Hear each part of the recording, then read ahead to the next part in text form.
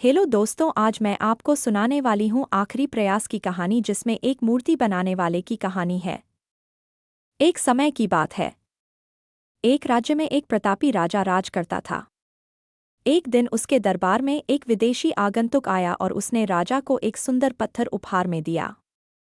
राजा वह पत्थर देख बहुत प्रसन्न हुआ। उसने उस पत्थर से भगवान विष्णु की प्रतिमा का निर्माण कर उसे राज्य के मंदिर में स्थापित करने का निर्णय लिया और प्रतिमा निर्माण का कार्य राज्य के महामंत्री को सौंप दिया। महामंत्री गांव के सर्वश्रेष्ठ मूर्तिकार के पास गया और उसे वह पत्थर देते हुए बोला, महाराज, मंदिर में भगवान विष्णु की प्रतिमा स्थापित करना चाहते हैं। 7 दिवस के भीतर इस पत्थर से भगवान विष्णु की प्रतिमा तैयार कर राजमहल पहुंचा देना। इसके लिए तुम्हें 50 स्वर्ण मुद्राएं दी जाएंगी। 50 स्वर्ण मुद्राओं की बात सुनकर मूर्तिकार खुश हो गया और महामंत्री के जाने के उपरांत प्रतिमा का निर्माण कार्य प्रारंभ करने के उद्देश्य से अपने औजार निकाल लिए। अपने औजारों में से उसने एक हथौड़ा लिया और पत्थर तोड़ने के लिए उस पर हथौड़े से वार करने लगा। किंतु पत्थर जस का तस रहा। मूर्तिकार ने हथौड़े के कई वार पत्थर पर किए, किंतु पत्थर नहीं टूटा।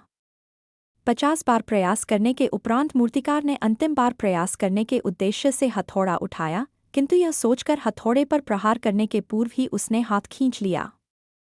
जब 50 बार वार करने से पत्थर नहीं टूटा, तो अब क्या टूटेगा?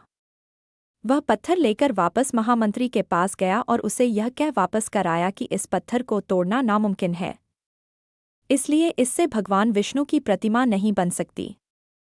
महामंत्री को राजा का आदेश हर स्थिति में पूर्ण करना था, इसलिए उसने भगवान विष्णु की प्रतिमा निर्मित करने का कार्य गांव के एक साधारण से मूर्तिकार को सौंप दिया।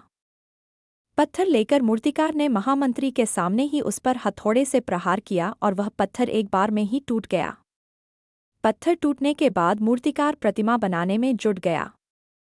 इधर महामंत्री सोचने लगा कि काश पहले मूर्तिकार ने एक अंतिम प्रयास और किया होता तो सफल हो गया होता और 50 स्वर्ण मुद्राओं का हकदार बनता। सीख। मित्रों, हम भी अपने जीवन में ऐसी परिस्थितियों से दो चार होते रहते हैं। कई बार किसी कार्य को करने के पूर्व या किसी समस्या के सामने आने पर उसका निराकरण करने के पूर्व ही हमारा आत्मविश्वास डगमगा जाता है और हम प्रयास किए बिना ही हार मान लेते हैं।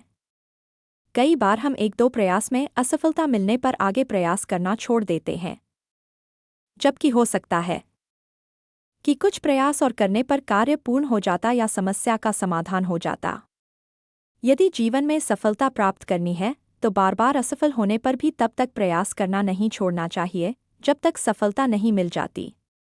क्या पता जिस प्रयास को करने के पूर्व हम हाथ खींच लें वही हमारा अंतिम प्रयास हो और उसमें हमें कामयाबी प्राप्त हो जाए।